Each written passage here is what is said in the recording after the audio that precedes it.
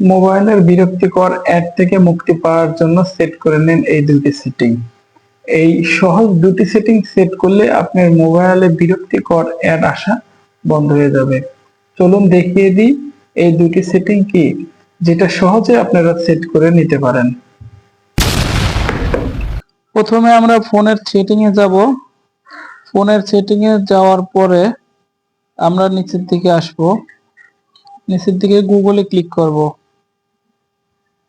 গুগলে ক্লিক করার পরে এখানে অল সার্ভিস দেখতে পাবো। অল সার্ভিসে ক্লিক করার পরে নিচের দিকে দেখতে পাবো অ্যাডস।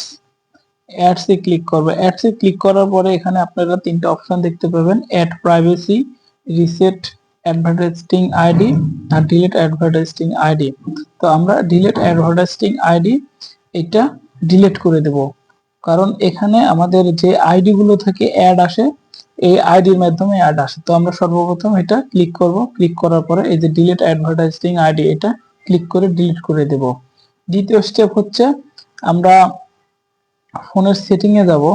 সেটিং এ যাওয়ার পরে আমরা এখানে দেখতে পাবো কানেকশন এন্ড শেয়ারিং এ ক্লিক করব। শেয়ারিং এ ক্লিক করার পরে এখানে দেখতে পাবো প্রাইভেট ডিএনএস। প্রাইভেট ডিএনএস এ ক্লিক করব। প্রাইভেট ডিএনএস এ ক্লিক করার পরে এখানে দেখতে পাবো অফ।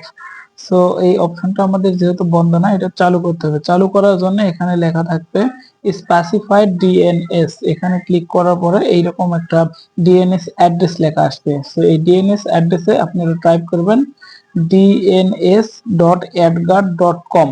এটা টাইপ করার পরে আপনারা সেভ দিবেন। সো এইভাবে সেভ দেওয়ার পরে আপনাদের ফোন থেকে অযাচিত যত অ্যাডস আছে এইগুলো আর আসবে না। তবে আপনাদের ইউটিউব থেকে বা ফেসবুকের ভিডিও দেখতে যে অ্যাড গুলো আসবে এইগুলো বন্ধ করা সম্ভব না।